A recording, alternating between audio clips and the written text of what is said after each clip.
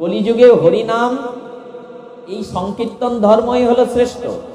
একাদশী ব্রত, শ্রী হরিনাম, এই যে দামোদর ব্রত, জন্মাষ্টমী, রাধাষ্টমী, গৌর পূর্ণিমা, অদ্বৈত সপ্তমী, নিত্যানন্দ ত্রয়োদশী, এই আচরণগুলো করে বৃন্দাজিকে সেবা দিয়ে নিত্য হরিনাম পরায়ণ হয়ে নিত্য সাধুসঙ্গ, হরিকথা শ্রবণ কীর্তন যে ভক্তি, এই যারা কৃষ্ণ ভজন করে না, তেষাং সতত যুক্তানাং ভজতাম প্রীতিপূর্বকম, ভগবানের সাথে যুক্ত থেকে ভজন করে না, বললেন এই ভজন না করাটা শুধু অপরাধ না, গৌহিত অপরাধ।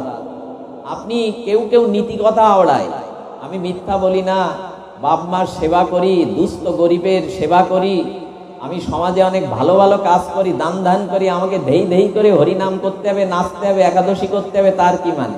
এরা হলো পাষাণ্ড, এরা হলো মূর্খ, এরা ভক্তি বোঝেনি, এরা এইগুলিকেই মনে করে উদ্ধারের পথ। বলছেন নিরিদেহ মাধ্যম সুলভং সুদুর্লভং পলবং সুকল্পং গুরু কর্ণ ধারণম ময়া অনুকূলেন নমস্কৃতাং ওমং ভবদ্দিং নতরেৎ আত্মহা। ভাগবত বলছেন এই আদি জন্ম, মনুষ্য জন্ম পেয়ে যারা সদ্গুরুর আশ্রয় গ্রহণ করে না, যারা সদ্গুরুর অনুকূল্য কৃপায় আমার ভজন করে না, ওমান ভবদ্দিংস আত্মা, তারা আত্মহত্যাকারী। তারা যতই দান দান ভালো কাজ করুক, যারা মনুষ্য জন্ম নিয়ে হরি ভজন করে না, ভাগবত ভজন করে না, এরা আত্মহত্যাকারী, এরা নিজেকে হত্যা করে। শুধু বিষ খেলে আত্মহত্যা বলে না, গলায় রশি দিলে, ট্রেনে মাথা দিলে আত্মহত্যা বলে না। দুর্লভ মনুষ্য জন্ম পেয়ে যারা ভগবত ভজন করে না, এরাই আত্মহত্যাকারী। কত বড় শব্দ দিয়েছেন ভাগবত। আরে দান করলে, সমাজ সেবা করলে কোথায় যাবেন? বড় লোকের ঘরে জন্ম হবে আগামী জন্মে। বেশি বিধ পুণ্য করলে স্বর্গে যাবেন, কিন্তু বৈষ্ণবরা স্বর্গ চায় না, স্বর্গ ভালো জায়গা না। এসব কথাগুলো সহজে ঢুকবে না, এক দুই জন্মের সৌভাগ্যে এসব কথায় মাথা ঢুকবে না যে বৈষ্ণবরা নরক চায় কিন্তু স্বর্গ চায় না। ভালো কাজ, বাপ মার সেবা করুন, ওতে পূর্ণ হতে পারে, কিন্তু ভগবানকে ভজন না করলে আপনাকে কেউ ঠেকাতে পারবে না। জন্ম মৃত্যু, স্বর্গে যাবেন, পুণ্য শেষ হয়ে গেলে আবার লাথি মেরে ঠেলে ফেলে দেবে, যা বেটা। দেবতারা বলবে এতদিন পূর্ণ করে ভক্ত করলি, ঠেলে ওখান থেকে ফেলে দেবে, যা আবার জন্মা। ভিসা ফুরিয়ে গেলে যেমন চলে আসতে হয় দেশে। এই জন্য একটু ভাবুন, ভগবানের ভজন আপনাকে করতে হবে, যদি না করেন তাহলে এই মহামায়া রইল আপনাকে কারাগারে বন্দী করা। আর যদি ভগবত ভজন করেন তাহলে উনি, আচ্ছা যোগমায়া মহামায়া একই রূপে এরকম বহু রূপ হলো কেন? বলেন বিড়ালির দৃষ্টান্ত দিয়েছেন গোস্বামী। ওই বিড়ালি যখন বাচ্চা পড়ে তখন দেখবেন ওই বিড়ালের বাচ্চাটাকে দিনে 4-5 বার জায়গা পরিবর্তন করে। ঘাটটা কিভাবে মোটকে ধরে, ধরে কিনা? বিড়ালি তার বাচ্চাটাকে ঘাটটা কিভাবে মোটকে ধরে না, ওতে বাচ্চার গায়ে দাঁতের স্পর্শও লাগে না, ব্যথা লাগা তো দূরে থাক। ওই একইভাবে যখন ইঁদুর ধরে তখন ইঁদুরটা মারা পড়ে। মা দুর্গা বলছেন যারা আমার কাছে কামনা বাসনা ভোগ বাসনা নিয়ে আসে, কৃষ্ণ ভজন ভগবত ভজন করে না, আমি তাদের ইঁদুরের মতো করে ধরি। যারা ভগবানের ভজনা করে, আমার কৃপা লাভ করে কৃষ্ণ ভজনে যায়, আমি তাদের আমার বাচ্চার মতো ধরি, তাদের আঘাত লাগে না, ওই ইঁদুরের মতোই ধরি, আঘাত লাগে না। এই জন্য অনেক হয়েছে, মাতামাতি অনেক হয়েছে, সময় ফুরিয়ে আসছে। এর মধ্যে আমরা যারা আছি না, আমি সহ, কারো কিডনি নষ্ট হয়ে যেতে পারে, আপনি ওটা বুঝতে পারছেন না, কারো হার্ট ফুটো হয়ে যেতে পারে। আগামী দিন ডাক্তারে পরীক্ষা করে বললেন আপনার আর আয়ু 2.5 মাস, ক্যান্সারের জাম ধরা পড়েছে। কি করার আছে আপনার? এত মাতামাতি, এত রূপ যৌবন, খাওয়া পরা, ভোগ বিলাস, এত হইল্লোর কি? কালকেই ডাক্তার বলে দিতে পারে আপনার একটা কিডনি ড্যামেজ। এই রাত্রেই কারো শেষ নিঃশ্বাস ত্যাগ হতে পারে, কালকে সূর্য সে দেখতে পারে না। এত মাতামাতি কেন? এর জন্য আসা জগতে সবার থেকে শ্রেষ্ঠ জন্ম নিয়ে, মনুষ্য জন্ম নিয়ে আসা, ভোগ লালসা কামনা বাসনা সংসারে মেতে থাকার জন্য। যারা মনে করেছে ওদের ওইখানে থাকতে দিন ঘুমিয়ে, যারা জেগে উঠেছে না, যারা সাধু কৃপা পেয়েছে, বৈষ্ণব কৃপা পেয়েছে, হরিনাম পেয়েছে, তারা বুঝতে পেরেছে এটা স্বপ্ন, এটা মিথ্যা, এর থেকে বেরোতে হবে। যে আমার পাশে যাদের দেখছেন, প্রেমানন্দ তো আপনাদের আত্মীয়, আমাদের ধনঞ্জয় এসছে, এই বয়সে তারা নিরামিষ না প্রসাদভোজী হয়ে ভগবানের নিত্য নাম ভাগবত সেবা ব্রজবাস এই করে বেড়াচ্ছে। আমার সামনে আছেন আমাদের ছোট মা, প্রণম্য মা। এইসব মানুষগুলো বড়লোক ঘরের ঘরণী, তাদের কোনো কিছু অভাব না, ভগবানকে ভোগ লাগিয়ে নিরম্বর জীবন যাপন করছে।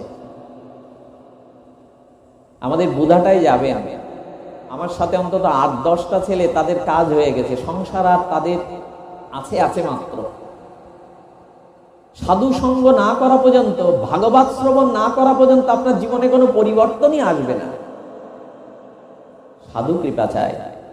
আজকে দুপুরে শুনছিলাম এক মহতের পাঠ, কি অপূর্ব। তিনি রাধা কুণ্ডে, তার 2টো কিডনি নষ্ট হয়ে গেছে জানেন, ডায়ালিসিস করতে হয়, কিন্তু এখনো তার শরীর দেখলে প্রণাম করার জন্য মাথা আপনি নত হয়। কি তেজস্বী বলিষ্ঠ, বেঁচে আছেন অলৌকিক ভাবে রাধারানীর কৃপায়। রাধা রাধা বলতেই বেঁচে আছেন, ডাক্তারি পরিভাষায় তার কোনো যুক্তি নেই, বেঁচে আছে কি করে।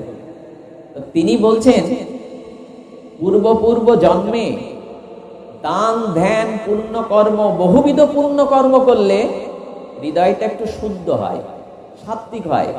আর ওই সাত্ত্বিক শুদ্ধ হৃদয়ে পূর্বকৃত সুকর্মের দ্বারা গোবিন্দ তখন চিন্তা করেন, এই মানুষটাকে যদি একটু ভক্তি দেওয়া যেত, এর পুণ্য কর্ম আছে, হৃদয়টা শুদ্ধ, একে যদি একটু ভক্তি দেওয়া যেত। গোবিন্দকে যদি প্রশ্ন করি, ভগবান তুমি তো সর্বশক্তিমান, ওকে দিয়ে দাও ভক্তি। গোবিন্দ বললেন, ওই রকম নিয়ম না, আমি কাউকে ভক্তি দিতে পারি না, অথচ ভক্তি আমার। খুব রহস্য কথা, শুনলে এক পা এগিয়ে যেতে পারবে।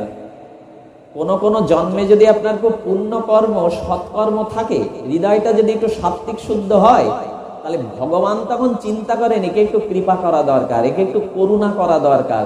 তো গোবিন্দ করুণা করে দাও, বাধা কোথায়? বলে ভক্তি আমি দিতে পারি না, ভক্তি দেয় আমার ভক্ত, ওটা আমার কাছে নেই। ফুলের মধ্যে মধু আছে, অথচ আপনি মধু ফুল নিগড়ে বের করতে পারবেন? ওটা মৌমাছির কাছে যেতে হবে। ঠিক ভগবানও বলছেন, আমি যাকে কৃপা করি মনে করি, আমি যাকে ভক্তি দেব মনে করি, আমি দিতে পারি না। এই জন্য আমি একটা কাজ করি, ওই ব্যক্তিটাকে আমি সাধু সঙ্গ হরিকথাই শুনিয়ে দিয়ে, যার দ্বারা সে ভক্তি লাভ করতে পারে। অর্থাৎ যেদিন আপনি সাধু সঙ্গ পেলেন, সাধু মুখে হরিকথা ভাগবত শুনতে পেলেন, জানবেন পূর্বজন্মের কোন সুকৃতিতে গোবিন্দ আজ আপনাকে একটু কৃপার দৃষ্টিতে তাকিয়েছে, তাই আপনি সাধু সঙ্গ হরিকথা শ্রবণের ভাগ্য প্রাপ্ত হয়েছে। বাবা, গোবিন্দ যাকে কৃপা দৃষ্টি দেয়, তখনই তার জীবনে সাধু সঙ্গ আর ভগবত কথা আসে। এই কথা বোঝানোর ক্ষমতা আমার নাই। কারো জীবনে কোনোদিন ভক্তি হবে না, পরিবর্তন হবে না, যদি সাধু সঙ্গে হরিকথা শ্রবণ কীর্তন না করা হয়। কিন্তু এইটাই এখন ধর্মে। দুলিয়ারে হয় অনেক কিছু, দুলিয়ার আমারও খুব নারীর টান এখানে, কিন্তু এইখানে সবকিছু হলে এখানে ভাগবতের খুব আদর নেই। আমি যতটুকু জানি এখানে ভাগবত পাঠের খুব আদর নেই।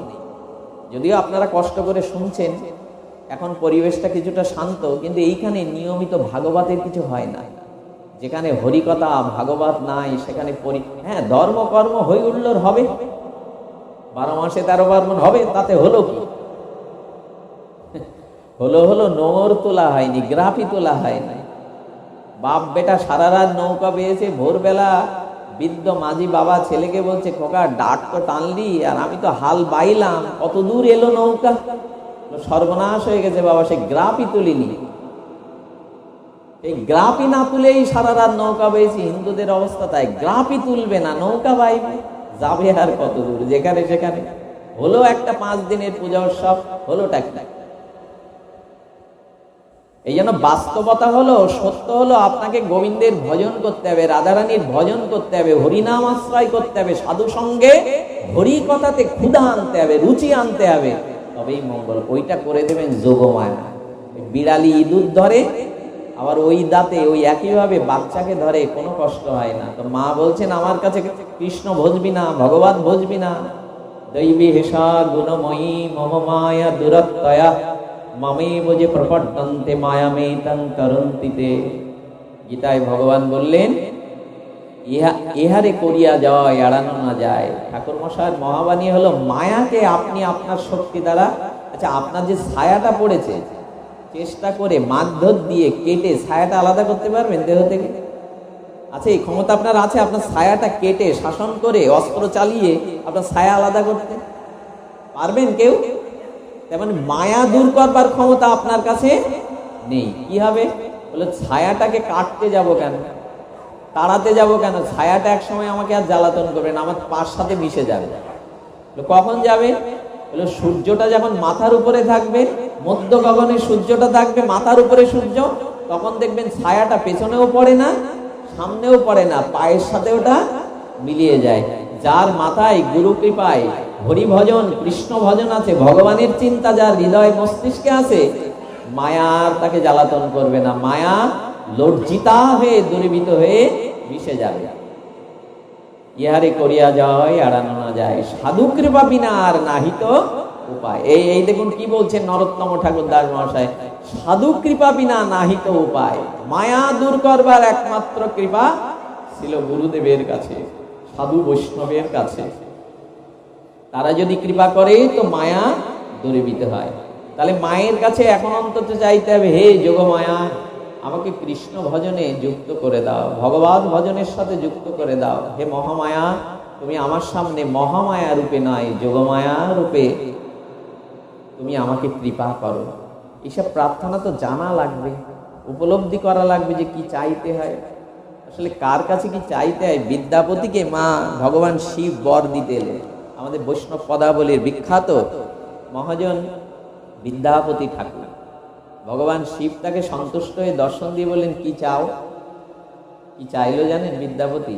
প্রভু, আমি তো আমার মঙ্গল কল্যাণ কিসে জানি না, তাই যেটি আমার প্রয়োজন, যেটি আমার অত্যন্তিক মঙ্গল হয়, আপনি তাই আমাকে দিন। কি বুদ্ধিমান, কি সুচতুর বুদ্ধিমান। কারো বাবা 10 বিঘা জমি আছে রাস্তার পাশে, মহামূল্যবান, ছেলেকে পরীক্ষা করার জন্য বলছে, আচ্ছা তোর কতটা জায়গা চাই? বললো 10 কাঠা দিন বাবা, রাস্তার এই সেন্টার পজিশন থেকে 10 কাঠা দিন। বাবা মনে মনে হাসলো। ও যদি বলতো, বাবা আমার জমি চাই না, আপনি যা ভালো বোঝেন আমাকে তাই দেবে, বাবা বলতো সংখ্যা আরো বাড়তো, 2-4 বিঘে বাড়তো। চাইলে ঠকে যেতে হয়, চেয়ে কিছু পাওয়া যায় না জগতে। যারা চায় না, না এরা বেশি পায়। চাইলে ভিখারি হতে হয়, কাঙাল হতে হয়, পাওয়া যায় না। এই জন্য এইখানে এসে একটু জব করেছেন, দুটো ফুল তুলে মার এখানে এসে মালা দিয়েছেন, মার সামনে বসে আরতির সময় মায়ের চোখে চোখ দিয়ে মাকে মাটির মা না মনে করে, ওই অমৃত চোখে রতিতে মাকে চিন্ময়ী মা মনে করে, চিন্ময়ী মনে করে নিজের মনের নিবেদনটা করেছেন, মা শক্তি দাও, ভক্তি দাও। আরতিতে এসেছি ধুনসি নাচ দেখতে, পুরোহিত কি করে মাজা বেকায় নাচে, ঢুলিরা কিভাবে নাচে, এই নাকি আমাদের আরতি। এখন ধুনসি নাচ। আরতি মানে কি? আরতির প্রদীপ জ্বালিয়ে, ধূপদীপ জ্বালিয়ে যখন আরতি করা হয়, তখন মায়ের মুখটা আর মিন্ময়ী থাকে না, চিন্ময়ী হয়ে যায়, জীবন্ত হয়ে ওঠে। আর যিনি আরতি দেখবেন, আরতি শব্দের অর্থ বিশেষাত্ম, রতি মানে মিলন। ভক্ত ভগবানের সাথে, মায়ের সাথে এখন আমার মিলন হবে, 4 চোখের মিলন, এর নাম বলে আরতি। বিশেষ রতি তাকে বলে আরতি। শব্দে বিশেষ, রতি শব্দে মিলন। এখন উদ্ভট সব নৃত্য এসেছে, এটা পশ্চিমবাংলার চ্যানেলের আয়োজন। আমাদের পশ্চিমবাংলাতে যে চ্যানেলগুলো আছে, জি বাংলা বা এইখানে স্টার জলসা, বড় বড় টলিউডের নায়ক নায়িকারা এসে এরকম দেখায়, এইভাবে নাচতে হয়। ঢোল ধরে একজন, নায়ক নায়িকারা ওই দেখে এখন মার আরতি বাদ পড়ে গেছে। এখন ধুনসি নাচ নায়ক নায়িকার বা ছেলেদের নাচ গানই হলো আরতি। কত বড় ব্যর্থ হলে, অপভ্রংশ হলে আরতিটাকেও আজ এখানে নামানো হয়েছে। আর একটা জিনিস হাত জোড় করে নিবেদন করে যায়, কেউ শুনবেন না জানি, পাহাড়ে ঢেলা ছুড়লে ঢেলাটাই গুঁড়ো হয়ে যায়, পাহাড়ের কিছু হয় না, আমার কথাগুলো কাজে দেবে না। সেটা হলো অন্তত সিঁদুরকে নিয়ে খেলবেন না। সিঁদুর খেলার নাম করে এই অভিশাপ সিঁদুর খেলার জিনিস না। কোনো হিন্দু রমণী যদি সধবা হয়, ওই সিঁদুরটা তার কাছে তপস্যার ফসল। 1 বিন্দু মাটিতে পড়ে গেলে ওটার অপব্যবহার হলে স্বামীর আয়ু ক্ষতি হয়। সিঁদুর খেলার জিনিস না, সিঁদুর উপাসনার জিনিস, তপস্যার জিনিস। যে হিন্দু নারী পবিত্র স্বামীর চিন্তা করে শীতেতে সিঁদুর দেয়, তার স্বামীর আয়ু বৃদ্ধি হয়, তার অনেক অমঙ্গল দূর হয়। কিন্তু আজ সেই সিঁদুর নিয়ে খেলা চলছে। কত বড় অপদার্থ জাতি হলে সিঁদুরকে আজ খেলার সামগ্রী বানানো হয়েছে, নাম দেওয়া হয়েছে সিঁদুর খেলা। চেতনা নেই, শাস্ত্র জ্ঞান নেই, মহাজনের বাণী নেই। ওই দেখে ওই দৃশ্যগুলো পশ্চিম বাংলা নষ্ট হয়ে গেছে জানেন। ধর্মকর্মের দিক দিয়ে ওরা একেবারে দুর্গন্ধ ছড়াচ্ছে। মঠ মন্দিরে একটু ঘন্টা নাড়ে ধর্ম করে ওই দেশের মানুষ। পশ্চিম বাংলা বিশেষ করে উত্তর প্রদেশে গিয়ে দেখুন, ওই প্রদেশে গিয়ে দেখুন ধর্ম কাকে বলে। পশ্চিম বাংলার মানুষ মঠ মন্দিরে ছাড়া ধর্মকর্মের নাম আজ যেভাবে শুরু হয়েছে ওইগুলো আমদানি করছে। আর মানুষ এগুলো গেলে, এইগুলো যা দেখে এগুলো গেলে। মমতা বন্দ্যোপাধ্যায় মাঝে একটা কথা বলেছেন, আমাকে ভালো লাগলো। সেলিব্রিটি আসছে, ওই যে যারা নাটক টাটক করে চলচ্চিত্রের, বলছেন দয়া করে, উনি বলছেন দয়া করে এই সিরিয়ালে এইসব আর দেখাবেন না। একজনের 3টে স্বামী, একজনের 3টে বর, এইসব দয়া করে আর প্রচার করবেন না, এগুলো উচিত না। উনি দেখলাম কথা বলেছেন, এতদিন পর একটা কথা ভালো লাগলো না। উনি বলছেন দয়া করে আপনারা এই সিরিয়ালে এইসবগুলো দেখাবেন না, এগুলো নষ্ট হচ্ছে, সমাজ ক্ষতিগ্রস্ত হচ্ছে। কাকে কি বলবেন? আমার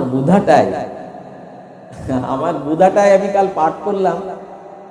আজকে আসতে গিয়ে দেখি মানে এমন হাইব্রিড দিয়ে গান বাজানো হচ্ছে, যে কোনো বৃদ্ধ যারা আমার মতো একটু হাড়ের যাদের একটু সমস্যা, তারা অসুস্থ হয়ে পড়বে। এই হাইব্রিড দিয়ে যে বাজানো হয় না, হাড়ের ক্ষতি হয়। আর কি হলো জানেন? উদ্যম কিছু যুবকরা প্যান্ট শার্ট পরে উদ্যম নাচানাচি করছে মায়ের সামনে। এগুলো অভিশাপ ছাড়া কি? মা এতে আনন্দ পাবে তো? নিজের গর্ভধারিণী মার সামনে ওই জাতীয় অশ্লীল গানে নাচানাচি করতে পারবেন? আর উনি তো জগৎ জননী। কথা বলতে চায় একরকম, হয়ে যায় আর একরকম। এর মধ্যে শুদ্ধ ভাগবত কথা বলার পরিবেশ এটা না। কিন্তু যেটা বলতে চেয়েছি, ধর্ম করুন আর না করুন, ধর্মের নাম করে নিজের অভিশাপ অমঙ্গল ডেকে আনবেন না। মায়ের সামনে এগুলো উচিত না।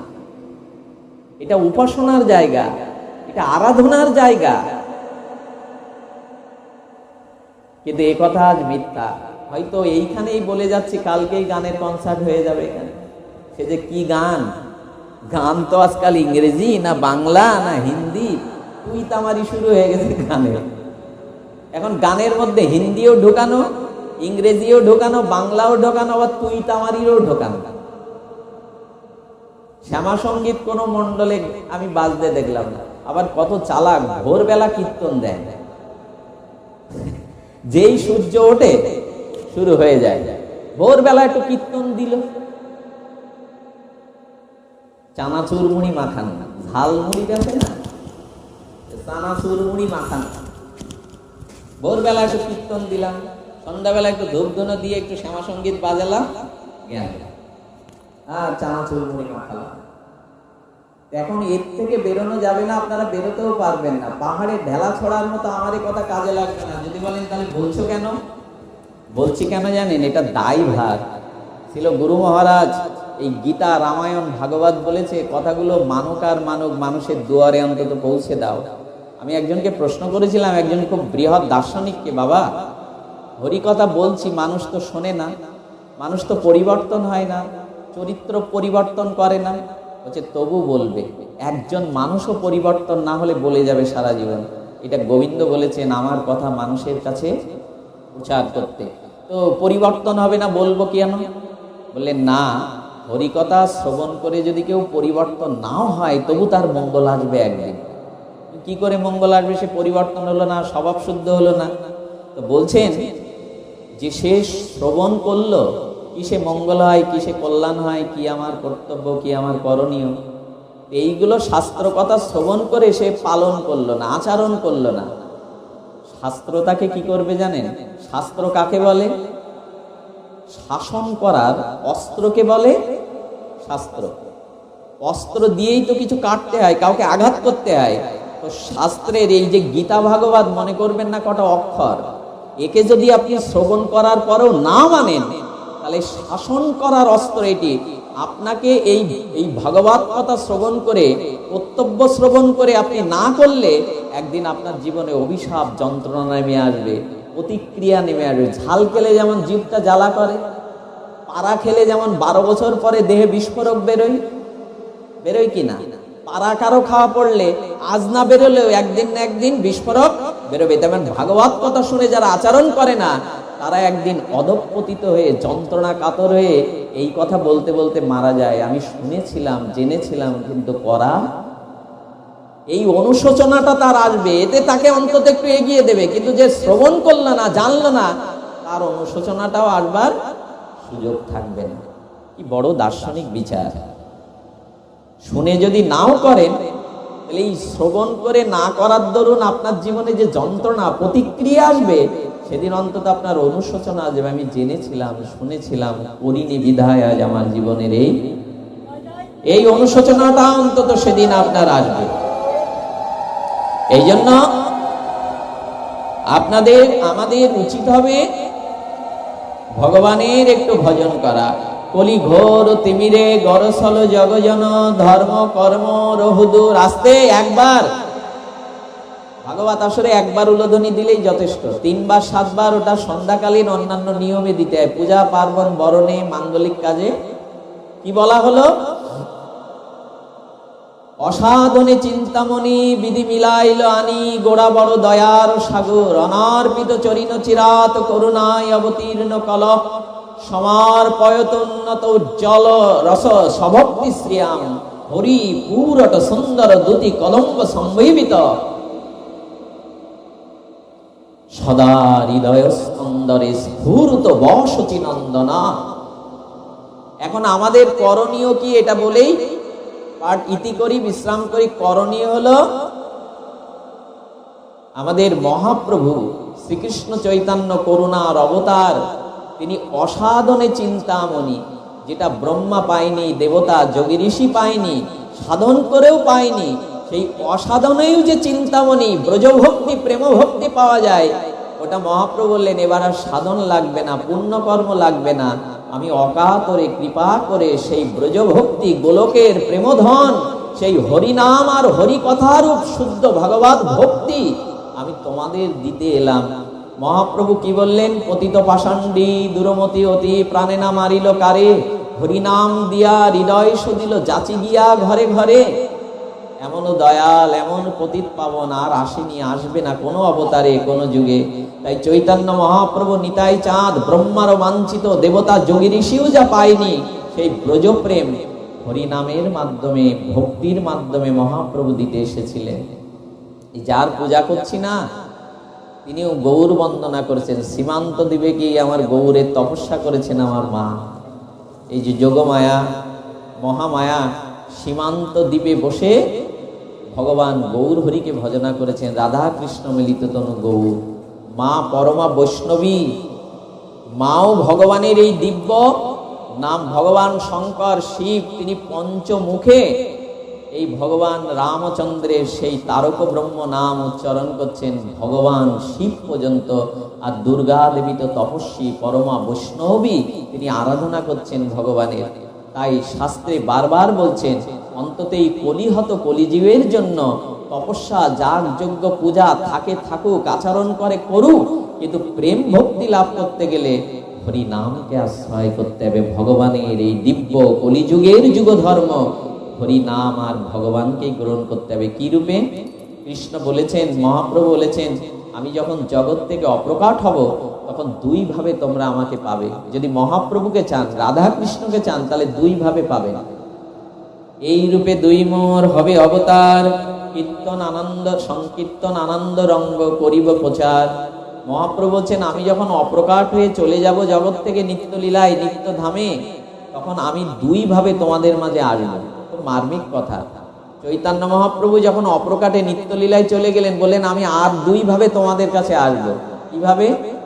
এক হরিনামের দ্বারা আর এক বিগ্রহ সেবার দ্বারা। ভগবানের যে বিগ্রহ, গোপাল বিগ্রহ, রাধামাদের বিগ্রহ, ওই বিগ্রহ আর কৃষ্ণ এক, আর হরিনাম আর হরি এক। নাম চিন্তামণি কৃষ্ণ চৈতন্য রস বিগ্রহ, পূর্ণ শুদ্ধ মুক্ত অভিন্ন আত্মানমিন। হরিনাম আর হরি অভিন্ন, এটা চিন্তামণি সাদিশ। এই জন্য দয়া করে ভগবানের নামটা জপ করুন। হরে কৃষ্ণ, যে যে মতেই থাকুন, প্রণবানন্দের মতে হোক, যোগাচার্য স্বামী প্রণবানন্দ হোক, ঠাকুর অনুকূল চন্দ্র হোক, ওড়াখান্দি যাই হোক, হরিনামটায় এই যুগে যুগ ধর্ম নিতেই হবে। বিশ্বের দিকে তাকিয়ে দেখছেন না, খ্রিস্টানরা আমাদের দেশে এসে যারা আত্মজ নিচ জাতি তাদের অর্থ জমি জমা লোভ দেখিয়ে খ্রিস্টান করছে। কি অদ্ভুত বিধাতার ইচ্ছা দেখুন। ওই খ্রিস্টান আমেরিকা, জার্মানি, তারা কোটি কোটি ডলারের মালিক, তারা উচ্চ ইঞ্জিনিয়ার, ডাক্তার, তারা তিলক মালা নিয়ে কৃষ্ণদাস নাম করে খালি পায়ে হরে কীর্তন করে বেড়াচ্ছে। তারা নবদ্বীপে, বৃন্দাবনে, রাজপথে। শক্তি কাদের? এই দেশের নিচ শ্রেণীর কিছু মানুষকে লোভ দেখিয়ে খ্রিস্টান করা। তাদের দেশের বড় বড় খ্রিস্টানরা কোটিপতি, কোটি কোটি ডলারের মালিক, মাস্টার, ডাক্তার, ইঞ্জিনিয়ার, যত বড় ডিগ্রি আছে, তারা এখন গেরুয়া পরে চন্দন চর্চিত করে হরিনামের মালা নিয়ে সারা বিশ্ব মাতিয়ে দিচ্ছে হরিনাম ইস্কনের বদৌলতে। যে নাম ওরা নিল, খালি পায়ে সৌদি আরবে কৃষ্ণ নাম প্রচার হচ্ছে, জার্মানিতে, রাশিয়ায় তো কমজিয়াম, তারা অন্য ধর্মে তেমন শ্রদ্ধা করে না, কিন্তু হরিনাম বলি এর মধ্যে এত আনন্দ। লোক মাতাল মদ খেত, মেয়েরা উলঙ্গ বসনা হয়ে নাইট ক্লাবে মদ খেয়ে নাচানাচি করত, তারা এখন লাল পেড়ে সাদা কোলে শাড়ি পরে তিলক দিয়ে হরিনামের মালা নিয়ে নবদ্বীপে মায়াপুরে ভগবানের আরতি করছে। এর থেকে ম্যাজিক আর কি থাকতে পারে? এর থেকে ক্ষমতা আর কি থাকতে পারে হরিনামের? যারা ভোগে লিপ্ত, নাইট ক্লাবে নাচ গান মদ নিয়ে বেঁচে থাকে, তারা এখন হরিনাম করছে, সারা বিশ্বব্যাপী হরিনাম প্রচার হচ্ছে। আমাদের ঘরে গৌর, গৌর কাদের? গৌর তো সচিমার। আমাদের ঘরে ভগবান এলো আর ঘুম ভাঙলো ওদের। এটা আমাদের লজ্জা না? আমার ঘরে গৌর, অথচ আমি তাকে চিনলাম না, চিনল সারা বিশ্ব। এই জন্য মহাপ্রভুর দেওয়া হরিনামটা আপনাকে করতে হবে। মরার পরে যেদিন চিতায় নিয়ে যাবে, ওই সময় অন্য মন্ত্র বলবে না, খাটবে না। ওই হরে কৃষ্ণ মহামন্ত্রই আপনার আসা যাওয়ার সাথী। এই নামটা করতে হবে আপনাদের। একটু মালাটা নিতে হবে, লোককে দেখানোর দরকার নাই। ঘুমাবার আগে ঘরে বসে 4 মালা 25 মিনিট লাগবে প্রথমে, তারপর 15 মিনিটে নেমে আসবে। 4 মালা করে শুরু করুন। যদি জীবনে কল্যাণ চান, ভক্তি চান, মঙ্গল চান, হরিনাম বিনা কারো মঙ্গল হতে পারে না এই যুগে। এই জন্য মহাপ্রভুর যুগধর্ম জপ করতে হবে। জপ বলেন কি আমি ওই সপ্তাহে একাদশীর দিন তো খোলকর্তাল বাজিয়ে করি, ওইটা না। মহাপ্রভু কি বলছেন শুনুন। হরে কৃষ্ণ কৃষ্ণ কৃষ্ণ হরে হরে, হরে রাম রাম রাম হরে হরে। প্রভু কহে কহিলাম এই মহামন্ত্র, ইয়া গিয়া জপ সভা করিয়া নির্মন্দ। একটা সংখ্যা রেখে নাম জপ করো, অন্তত 4 মালা করে করো। সে কলেজে পড়ো আর গৃহিণী হও আর যেই হও, ব্যবসায়ী চাকরিজীবী হও, ঘরে বসে 15 মিনিট 4 মালা একটু ঘোরাও। যে আপনি যদি প্রশ্ন করেন আমি মালা এরকম ঘোরাবো কেন, বলেন কি মালা, হরিনামের মালা যত ঘোরাবেন ততই জন্ম মৃত্যু ঘোরা বন্ধ হয়ে যাবে আপনার। যে বারবার জন্মাচ্ছেন, মরছেন, রোগ শোক ভোগ করছেন, এই ঘোরা বন্ধ হয়ে যাবে যদি হরিনামের মালা ঘোরান। আর যদি বলেন না মালা নেব না, সন্ধ্যায় বিছানায় বসে রিমোট নেব, এখন তো টেলিভিশনের চ্যানেল বল্লাতে উঠে যাওয়া লাগে না, কি টেপে? যদি বলেন না রিমোট টেপবো, তা টিপুন। কে বাধা দিয়েছে আপনার? রিমোট টিপলে কিন্তু এই পাক খাওয়া বন্ধ হবে না, জন্ম মৃত্যু এগুলো অভিশাপ বন্ধ হবে না। অন্তত হরিনামের মালাটা ঘোরান। কেউ শুনবে না, সব ঘুমিয়ে আছে তো। ডাক্তার অপারেশন করার আগে অবাস করে, আর যার অবাস করে কাটে সে কাটা ছেঁড়া শিলাই রক্তারক্তিও বুঝতে পারে না। এখন আমি যা বলছি আমরা সব অবাস। এইখানে কাটা ছেঁড়া করলেও কাজ হবে না, কারণ কাল থেকে কেউ আমার কথা শুনে নাম এত করে বুঝাচ্ছি, এত করে বলছি যে এটাই সার। কোন শাস্ত্র বলেনি যে কলিযুগে হরিনাম ছাড়া কোনো গতি? হরের নাম কেবলম কলাও নাস্তেব্য গতির অন্যতা। পৃথিবীর কোন পণ্ডিত দার্শনিক নাই এই শ্লোকের যুক্তিতর্কে সামনে দাঁড়াতে পারে। নাম বিনা কলিযুগে নাহিহার ধর্ম। আপনি যত কিছুই করেন, ওইখানে হরিনাম যুক্ত না হলে সে ধর্ম ব্যর্থ, নিষ্ফল। বাবা শ্রাদ্ধ বলেন আর হোমযজ্ঞ করেন, হরে কৃষ্ণ মহামন্ত্র একবার উচ্চারণ করতে হবে, নালে সমস্ত কাজই নিষ্ফল। নাস্তেব্য, নাস্তেব্য অন্য কোনো গতি নাই নাই, তিনবার বলে দিলেন। মহাপ্রভু বলছেন, শাস্ত্র বলছেন, আপনাদের কিসের যুক্তি? 5 দিন পূজা করে হইহুল্লোড় করে হয়ে গেল, ধর্মকর্ম এবছরের মতো শেষ, আসতে বছর আবার এসো। কি ভালো স্লোগান! কোথায় পেয়েছেন এইসব? কোন চণ্ডীতে আছে যে মাকে বিসর্জন দিতে গিয়ে বলতে হবে আসতে বছর আবার এসো? পেয়েছেন কোথায় এগুলো? আসতে বছর আবার এসো মানে এই 1 বছর আর মার খোঁজ নেবে না। খুব দুর্গাপূজা ভালো লাগে কেন জানেন? এই জন্য বেশ কদিন খাওয়া খাবি হই হুল্লোড় হবে। এই জন্য বলি কি, মা এরকম আমার আনন্দ ফুর্তি দেওয়ার জন্য আসতে বছর বেটা তুই আগামী বছর পর্যন্ত বাঁচবি? তোর এরকম বল আছে তো যে আসতে বছর তুই বেঁচে থাকবি? আগামীকাল আমার জীবনে মৃত্যু, আর নলিনী দল জল জীবন টল, অথচ বলে বসছে আসতে বছর আবার। এগুলো মন্ত্র না, এগুলো ঠিক কথা না। আর এই বিসর্জনের আর এক যন্ত্রণা। বিসর্জন মানে, আচ্ছা বাড়িতে মেয়ে এলে, দুর্গাপূজায় মেয়ে আসলো, মা কি করে? যেদিন শ্বশুরবাড়ি চলে যায় ব্যাগ ট্যাগ নিয়ে বারবার চোখ মুছতে থাকে। মেয়ে বলছে মা তুমি বাড়ি যাও, যাই না, আরো পথ যায়। কাউকে বিদায় দিতে গেলে চোখে জল আসে, আপনজনকে বিদায় দিতে গেলে। এত আনন্দ দিল মা আমাদের, এত আনন্দে ভরিয়ে দিল, তার বিদায়ের সময় এই অসভ্য জাতি কি করে? মদ খেয়ে উদ্যত্ত নাচতে নাচতে মাকে বিসর্জন দিয়ে ওই কথা বলতে বলতে আসে। কি উদ্যম নাচ সেখানে! কি আচ্ছা, মাকে বিসর্জন দিতে গিয়ে, আমি এখান থেকে 20 বছর আগে একবার কয়েক বছর মার সেবা করেছিলাম দুর্গাপূজায়। তো যেদিন দর্পণ বিসর্জন হয় সকালে, সেদিন আমাকে আর থামানো যায় না। মা চলে যাচ্ছে এই কথাটা 4টে দিন ধরে তার পাশে ছিলাম, তো বাড়িতেও যাইনি। এমন বেদনা ভেতরে, এমন, এটা দুর্বলতাও হতে পারে, আমি ওইখানেই মূর্ছিত হয়ে পড়ে যাওয়ার মতো। মাকে যখন নদীতে বিসর্জনে নিয়ে যায়, তখন আমি কাঠামের মধ্যে পুরে প্রায় মরমর অবস্থায়, মাঝি কৃপা করে আমাকে টেনে, আমি ভেসে চলে গেছিলাম নদীর মাঝখানে। উপলব্ধি হয়েছিল মাকে বিদায় দেওয়া কত কষ্টে। সেই বিদায়টাকে আজ উদ্যত্ত নেশাগ্রস্ত হয়ে কিছু ছেলে যুবকরা নাচতে থাকে, ওই হুল্লোড় করে সেইখানে নাচতে থাকে। এটা বিদায় বলে? এটা বিসর্জন বলে? বিসর্জনের অর্থ হলো, এই চোখের সামনে মা ছিল, এখন চোখের মধ্যে আসবে মা। ঠাকুর দালানে মা ছিল, এখন আমার হৃদয়ে আসবে। এই বিশেষ রূপে অর্জনের নাম বিসর্জন। এটা কৌতুক মনে পড়ে, বিজয়ার দিন একটা ছেলে মাকে ওভাবে চুবিয়ে, ওই সব বলে মাকে একবার চুবিয়ে দিয়েছে। ঘটনা করে পরের দিন সে নৌকায় করে যেতে গিয়ে নদীর মাঝখানে নৌকা ডুবিতে পড়ে গিয়ে ডুবে যাচ্ছে। তো এই 3-4 দিন মা দুর্গা দুর্গা করেছে, তো বলে মা বাঁচাও, মা দুর্গা বাঁচাও। মা দুর্গা তখন তীরে দাঁড়িয়ে বলছেন, কেউ ডুবে যেতে থাকলে, কেউ যদি দাঁড়িয়ে দাঁড়িয়ে আমি এখন নাচি হাসি, তোর কেমন লাগবে? কথাটা একটু ভেবে দেখুন তো। মা বলছেন, কালকে যে আমাকে বিসর্জন দিতে গিয়ে হাসলি, নাচলি, আমাকে চুবিয়ে দিয়ে বেশ আনন্দ ফুর্তি করলি, এখন কেউ যদি সামনে ডুবে যেতে থাকে আর পাশে দাঁড়িয়ে সে যদি তার উদ্ধার না করে, ব্যতীত না হয়ে হাসে নাচে, তোর তার কেমন হবে? কালকে আমার ওইরকম হচ্ছিল, এখন তুই বোঝ ডুবে যাওয়ার কি যন্ত্রটা। একথা মা যদি কোনো ঘটনা আপনাকে বলে না, মা তা বলবে না। করুণাময়ী কৃপাময়ী মা আপনাকে হয়তো উদ্ধার করবে, ডাকলে ত্রাণ করবে।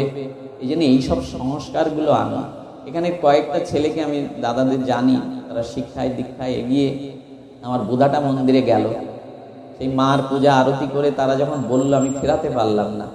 সব জায়গায় পাঠ করতে এখন মন চায় না, কারণ আমি ভাগবত পাঠ কোনো দক্ষিণা নিয়ে করি না, বাণিজ্যিক ভিত্তিতে করি না, এ আমার পেশা নয়।